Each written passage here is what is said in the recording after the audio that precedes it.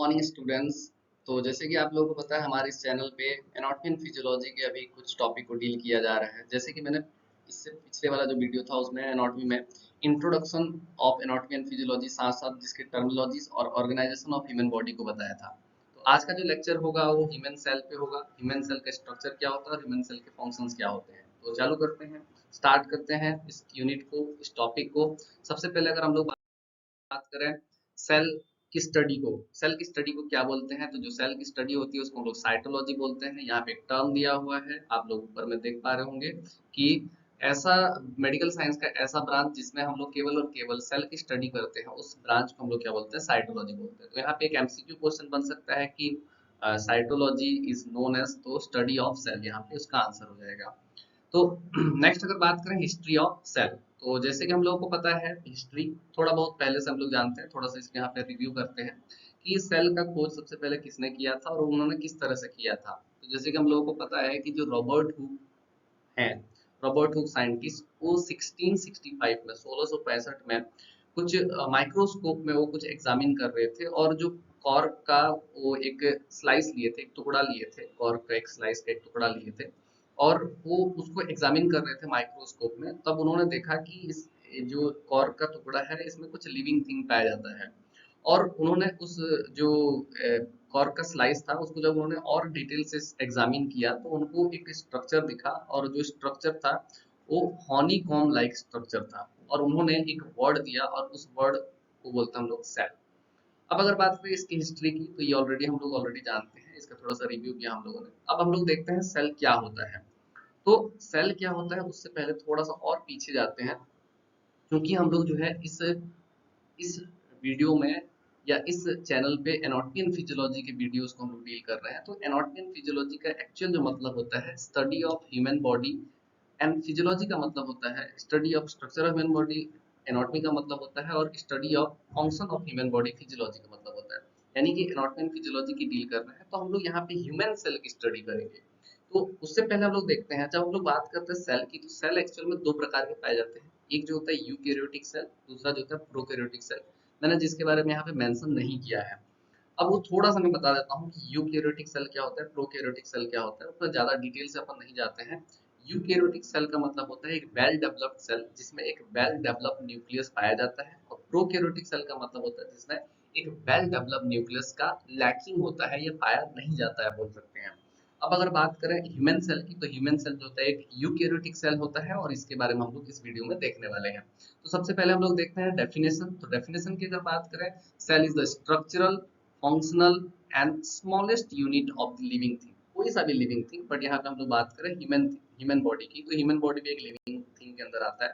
तो human body की अगर बात करें, ह्यूमन बॉडी का जो सबसे छोटा और सबसे स्ट्रक्चरल और सबसे फंक्शनल यूनिट, यानी कि जिसके जरिए हमारा बॉडी बना हुआ है, जिसके थ्रू हमारा बॉडी फंक्शन करता है, और जो हमारे बॉडी का सबसे छोटा यूनिट होता है उसको हम लोग क्या बोलते हैं, सेल बोलते हैं।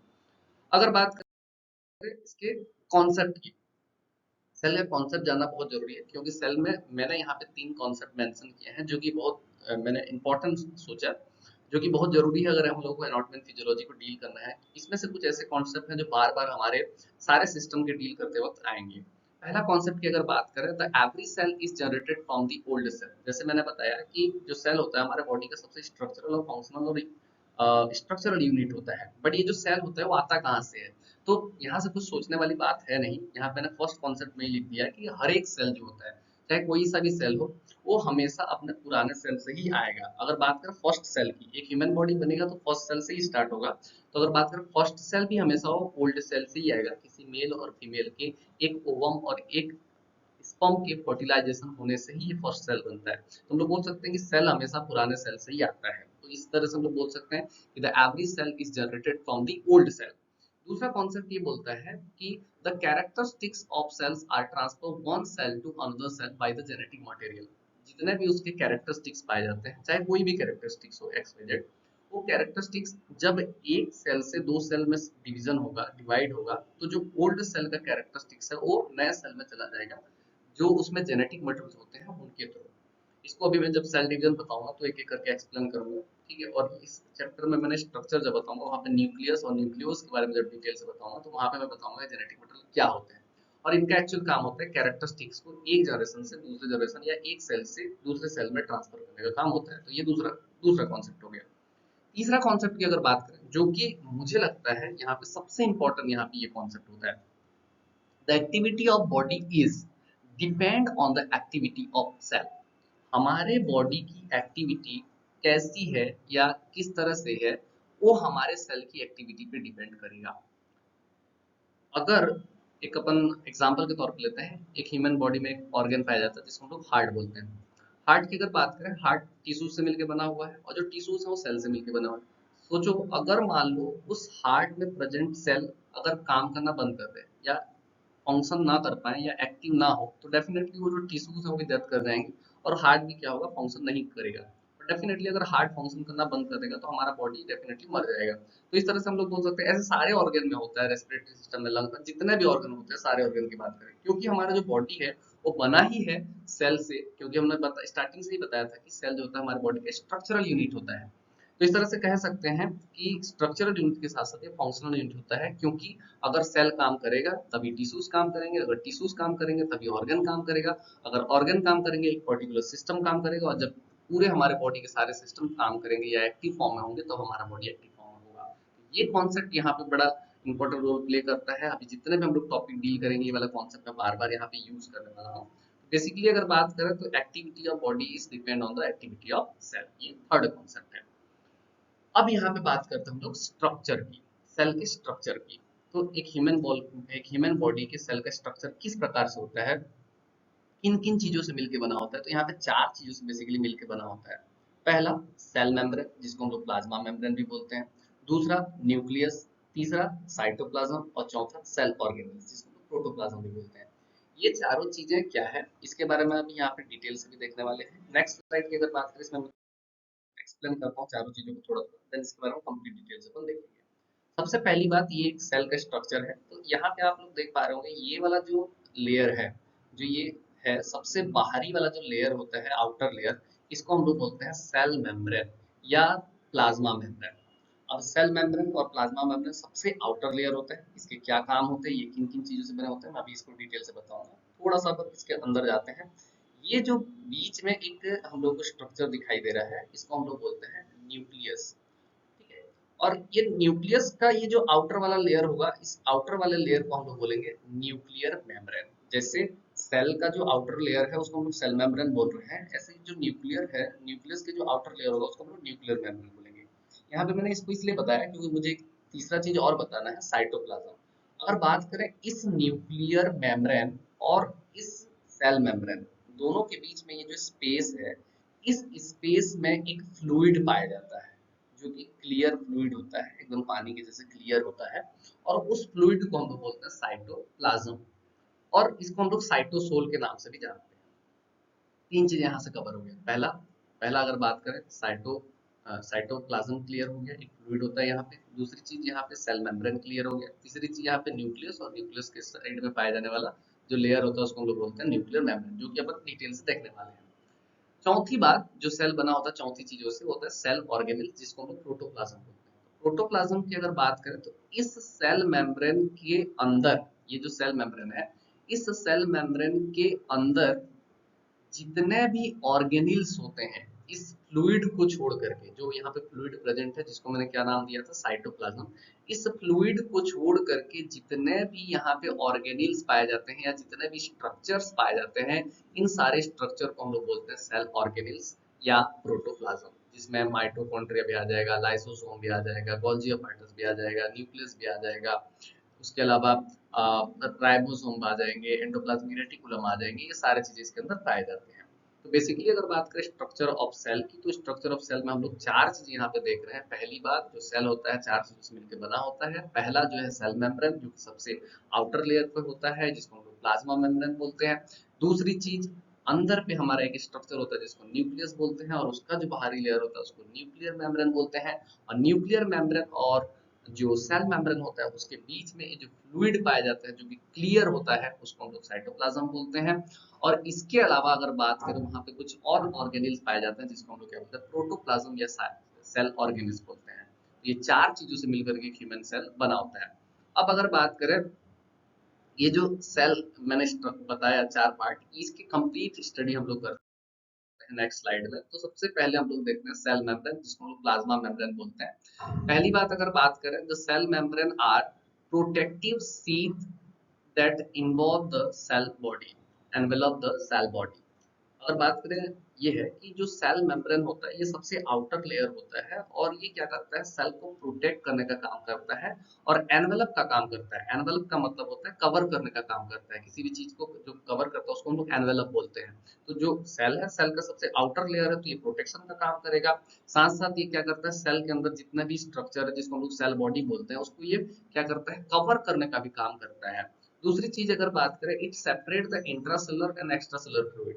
जो सेल अभी मैंने बताया, सेल मेम्ब्रेन के अंदर जितने भी फ्लूइड पाए जाएंगे, इंक्लूडिंग साइटोप्लाज्म, साइटोसोल जिसको हम लोग बोलते हैं, उसको हम लोग इंट्रासेलुलर फ्लूइड बोलेंगे। और सेल के बाहर, सेल मेम्ब्रेन जो है, उस सेल मेम्ब्रेन के बाहर जितने भी फ्लूइड पाए जाएंगे उसको हम लोग एक्स्ट्रा सेलुलर फ्लूइड बोलेंगे। इस पे भी अभी मैं कंप्लीट वीडियो बनाने वाला हूँ, ये बॉडी फ्लूइड के अंदर आने वाला है कि बॉडी फ्लूइड क्या होते हैं, कंपार्टमेंट क्या होते हैं, किसमें किसका कंसंट्रेशन ज्यादा कम होता है, ये सब चीज अभी देखेंगे। बट यहाँ पे जानने वाली बात ये है कि सेल के अंदर या सेल मेम्ब्रेन के अंदर जितने भी फ्लूइड पाए जाते हैं उसको हम लोग इंट्रासेलुलर फ्लूइड बोलते हैं। सेल मेम्ब्रेन के बाहर जितने फ्लूइड पाए जाते हैं उसको हम लोग क्या बोलते हैं, एक्स्ट्रासेलुलर फ्लूइड बोलते हैं। तो जो सेल मेम्ब्रेन होता है उसका काम ये भी रहता है कि उस इंट्रासेलुलर फ्लूइड और एक्स्ट्रासेलुलर फ्लूइड को सेपरेट करे, अलग अलग करने का क्या करता है, काम करता है। तीसरी बात, जो हमारा सेल मेम्ब्रेन होता है ये एक सेमी परमेबल मेम्ब्रेन होता है। सेमी परमेबल का मतलब होता है, सेमी मतलब हाफ, परमेबल मतलब होता है ट्रांसफर, या एक मतलब कि उसको क्रॉस करना, अक्रॉस। तो अगर बात करें, ये सेमी परमेबल मेम्ब्रेन होता है, यानी कि ये कुछ चीजों को अंदर जाने देता है और कुछ चीजों को अंदर जाने नहीं देता है। कहाँ पे ये बात करें, इंट्रासेलुलर एक्स्ट्रासेलुलर, जब ये इंट्रासेलुलर एक्स्ट्रासेलुलर एक्सचेंज होता है, इंट्रासेलुलर फ्लूइड बाहर की ओर आते हैं और एक्स्ट्रासेलुलर फ्लूइड अंदर की ओर जाते हैं, तो कुछ चीजें अंदर जाने देती हैं और कुछ चीजें अंदर से बाहर आने देती हैं। क्यों? क्योंकि ये क्या होता है, सेमी परमेबल मेम्ब्रेन होता है। ये क्यों सेमी परमेबल मेम्ब्रेन होता है, इसको अपन थोड़ा सा इसमें डिटेल से देखते हैं। बेसिकली क्या होता है, जो सेल मेम्ब्रेन होता है वो तीन चीजों से मिलकर के बना होता है, जिसमें से 55% जो होता है प्रोटीन होता है, उसके अलावा 40% जो होता है लिपिड्स होता है, और 5% जो होता है कार्बोहाइड्रेट होता है। बट सेमी परमेबल मेम्ब्रेन होने के पीछे सबसे बड़ा जो हाथ होता है, या जो सबसे बड़ा रीजन होता है, वो लिपिड्स का होता है। अब लिपिड का मतलब फैट यहाँ पे, ठीक है, और अगर लैंग्वेज में समझे तो ऑयल, ठीक है।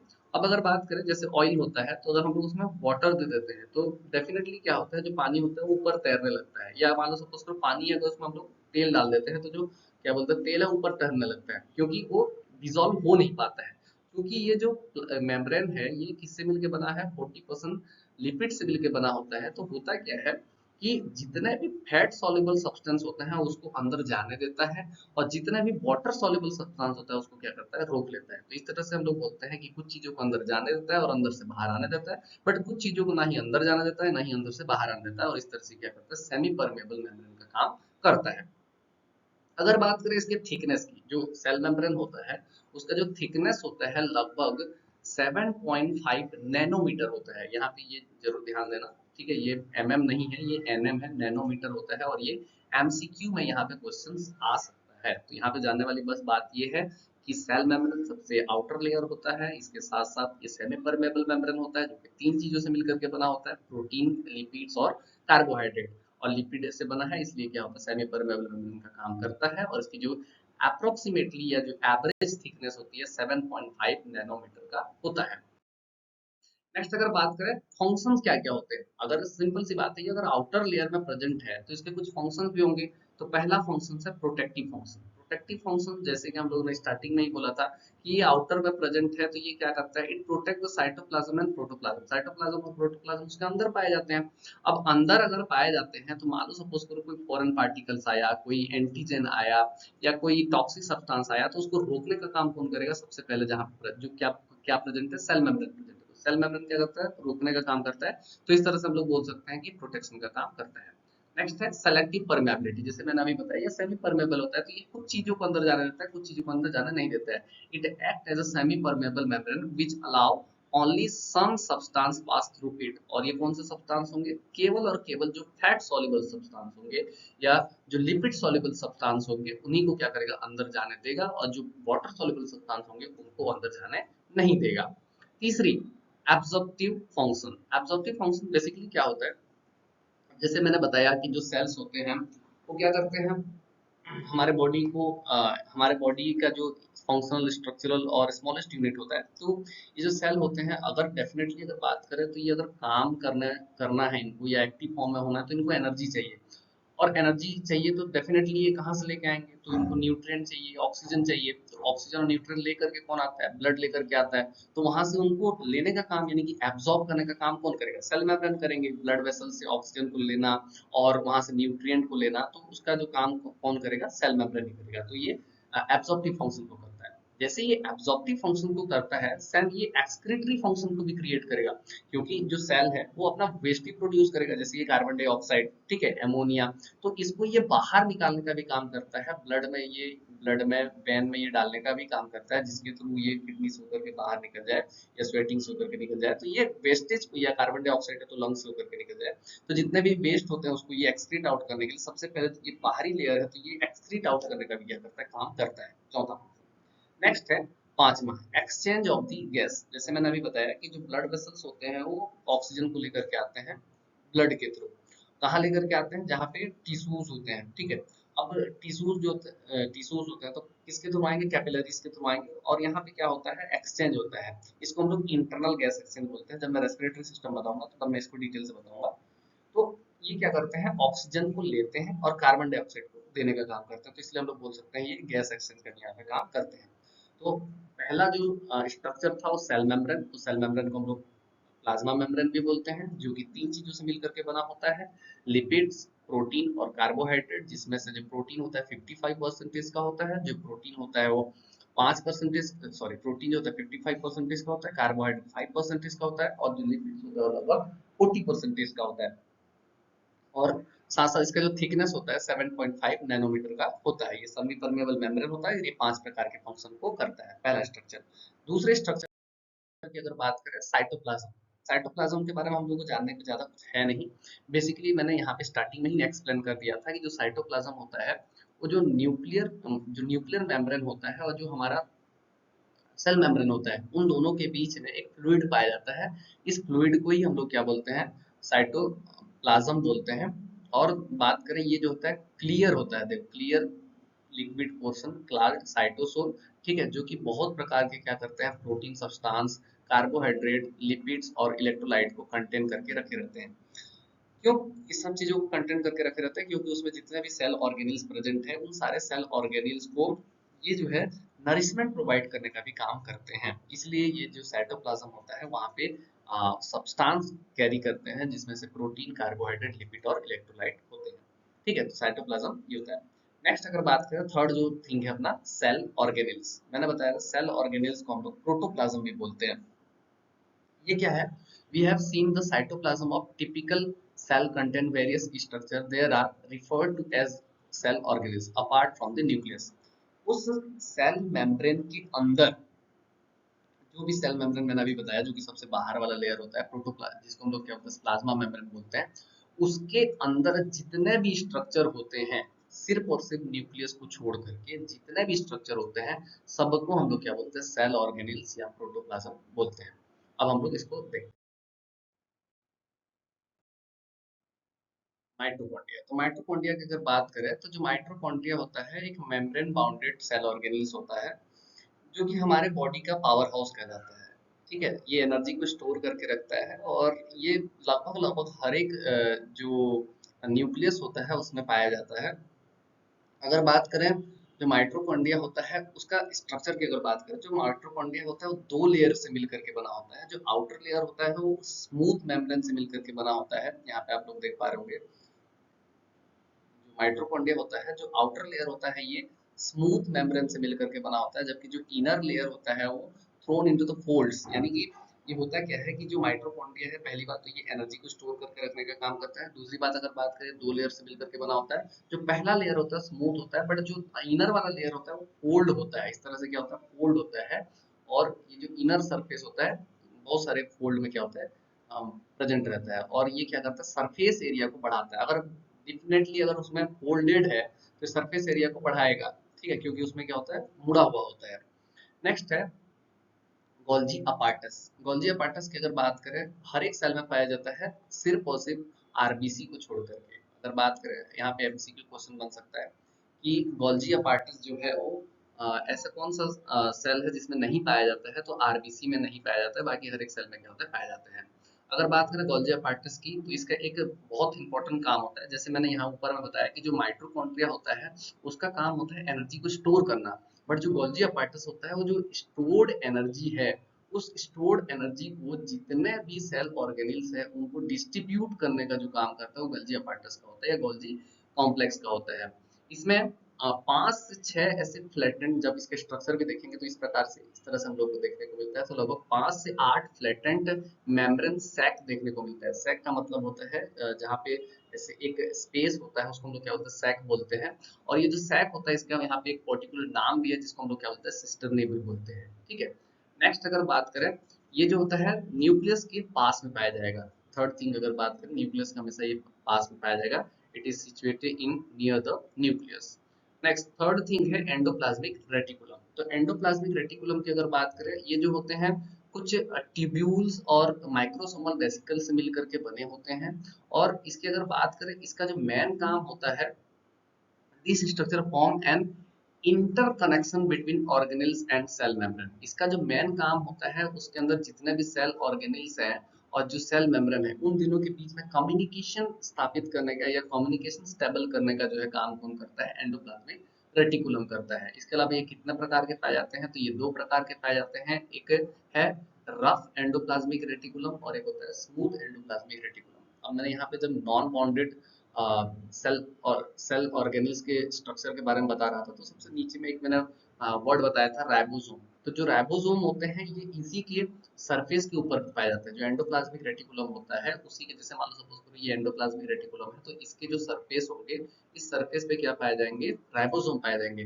अगर इसके सरफेस पे राइबोसोम प्रेजेंट है तब वो रफ होगा, अगर उसमें प्रेजेंट नहीं है तो उसको हम लोग क्या बोलेंगे, स्मूथ बोलेंगे। ठीक है, नेक्स्ट अगर बात करें फेगोसोम।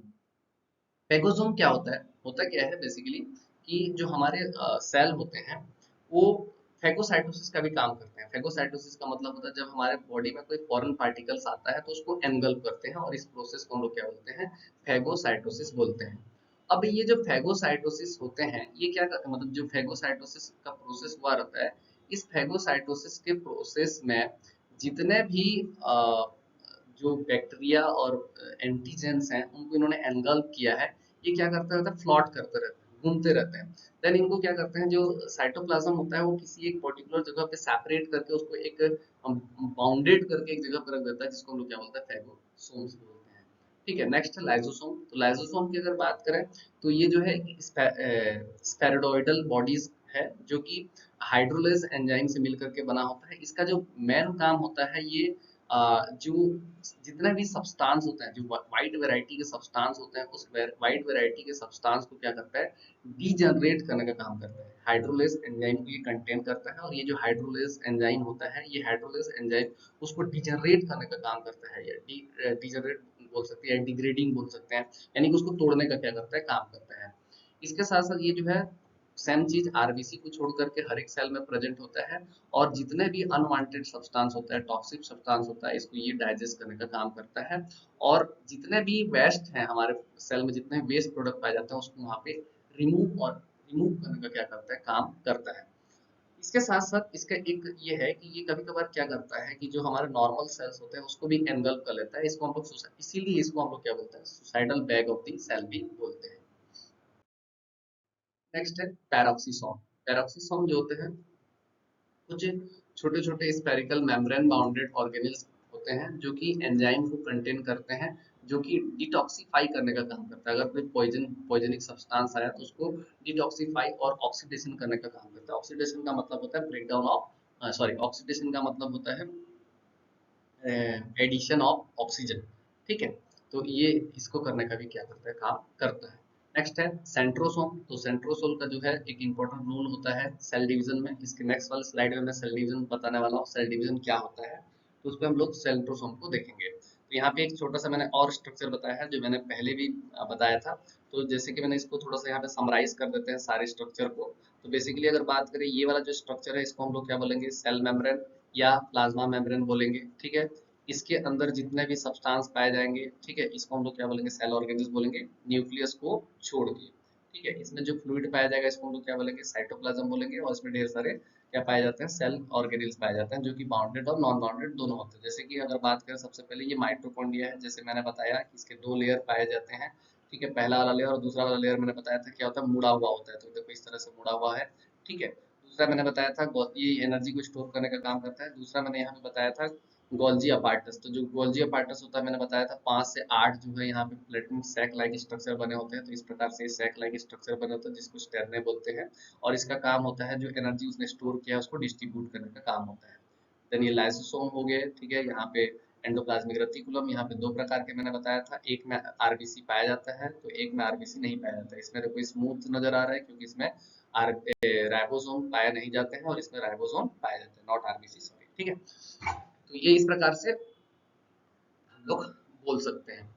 नेक्स्ट अगर बात करें एक और स्ट्रक्चर जो सेंटर में पाया जाता है जिसको हम लोग न्यूक्लियस बोलते हैं। तो न्यूक्लियस बड़ा इंपॉर्टेंट रोल प्ले करता है हमारे सेल डिवीजन में, और हमारे जितने भी जेनेटिक मटेरियल को ये कंटेन करने का काम करता है। तो इसलिए हम लोग बोल सकते हैं कि जो न्यूक्लियस होता है ये क्या करता है, ये जितने भी सेल के कैरेक्टरिस्टिक्स होता है वो एक सेल से दूसरे सेल में ट्रांसफर करने का भी क्या करता है, काम करता है। तो देख लेते हैं न्यूक्लियस क्या होता है। Nucleus is present in the cell which divide and produce enzyme.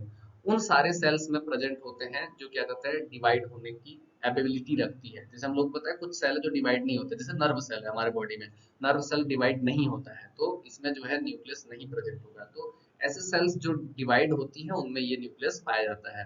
दूसरा cell, the cells with nucleus are called eukaryotic cell. मैंने ऑलरेडी बताया था, स्टार्टिंग में ही नहीं बताया था कि ऐसे सेल्स जिसमें न्यूक्लियस पाया जाएगा उसको हम लोग यूकैरियोटिक सेल बोलेंगे। दूसरी चीज, जिसमें नहीं पाया जाएगा उसको हम लोग क्या बोलेंगे, प्रोकैरियोटिक सेल बोलेंगे। बट ह्यूमन सेल की अगर बात करें तो सेल में पाया जाता है, इसलिए ये यूकैरियोटिक सेल होता है।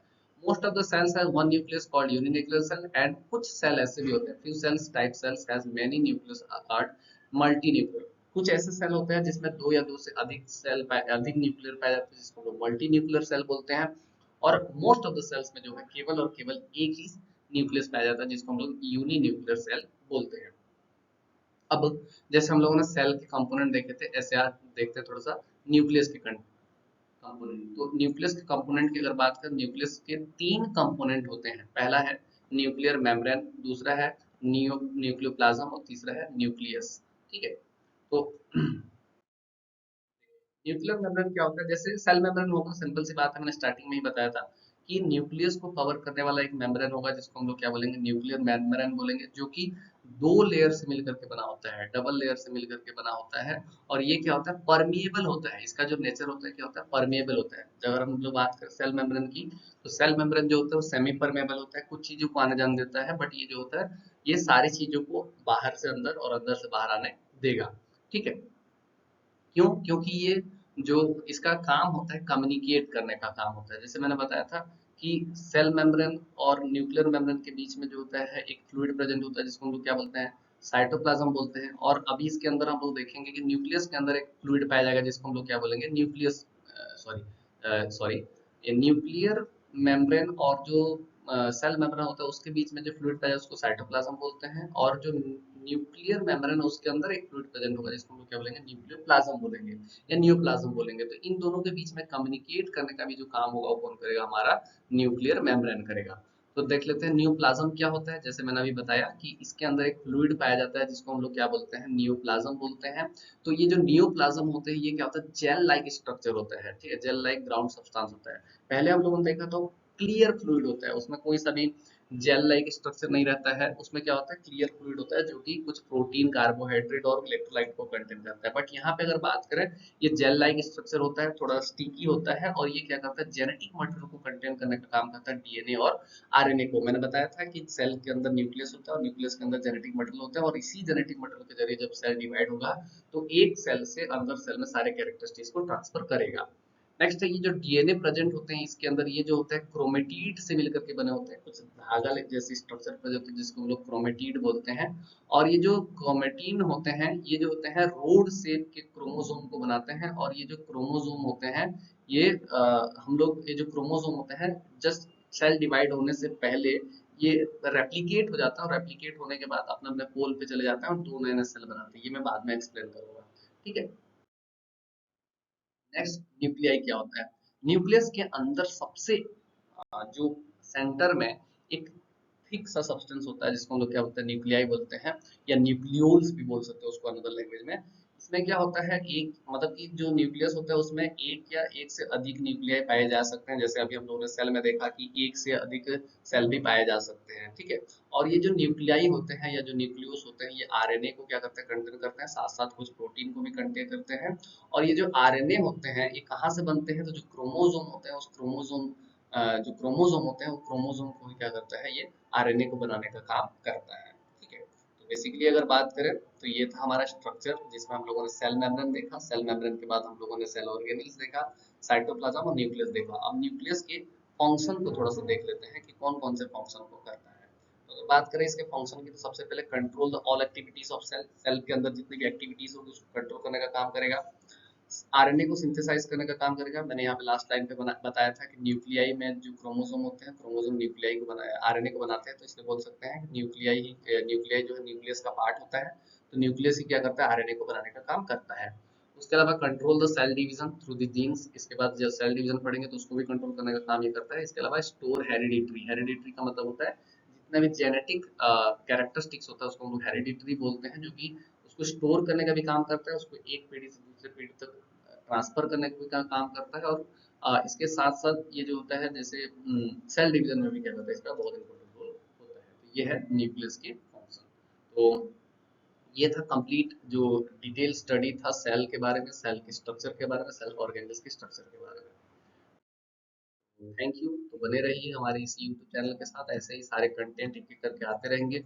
अभी हम लोग शुरुआत किए हैं, तो आप जैसे सपोर्ट करेंगे तो धीरे धीरे हम लोग जितने भी सिस्टम है सारे सिस्टम के वीडियोस और जितने भी सब्जेक्ट हैं जैसे कि medical surgical nursing, psychiatric nursing और ऑब्स्टेट्रिक नर्सिंग के भी पीपीटी फॉर्म में हम लोग प्रेजेंटेशन लाएंगे।